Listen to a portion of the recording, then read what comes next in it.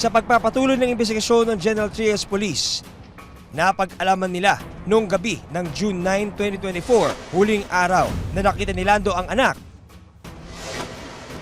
Pinuntahan ni Maymay ang ama nito sa pila ng tricycle sa labas ng kanilang barangay. Tay, Oh, pengi po pera. ano naman bibili mo? Bibili lang ako dyan. Sige na tay, please.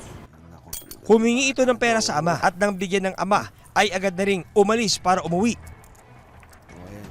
Oh, 10 piso. Thank you. Katapos umuwi ka kaagad ha. Promise, uwi po. Ay kung lumalabas Uwi paggabi. na po ako, promise. Pero si Maymay hindi na nakarating sa kanilang bahay.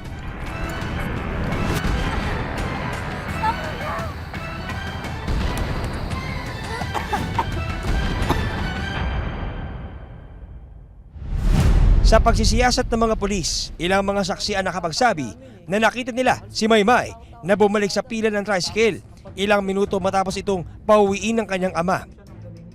Yun nga ang pinagtataka namin eh. Halos wala nang katao-tao sa kalsada.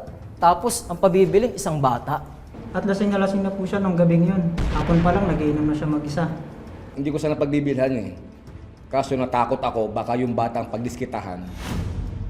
Ayun nga, napagdiskitahan nga. Ayon kay Nestor at Anton, hindi na natuloy ng mga pangalan, kapwa kasama ang mga tricycle driver ni Lando. Bandang alas 10 ng gabi, dumating ang batang si Maymay habang hawak-hawak ang isang pirasong manok. Pabili po. Sigarilyo po. Kahit ano daw pong pula. Oh, ang ginagawa mo dito? Ang ganitong oras, ha? Inutusan lang po bumili ng sigarilyo. Uuwi na lang ako at ibubulsa ko na lang yung pera niya. Sige na, umuwi ka na.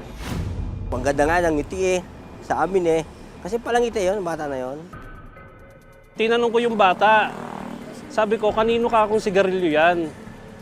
Kasi bago sinabi ng bata na yung pangalan. Ngayon, yung time na yon, umawa lang yung bata. Biniro namin kasi magkano ka ako yung binigay na pera sa'yo? Halagang 50 pesos. Kunin mo ka ako yung 10 pesos para may upa ka. Yun lang, ganun lang. Tapos ngumiti lang yung bata.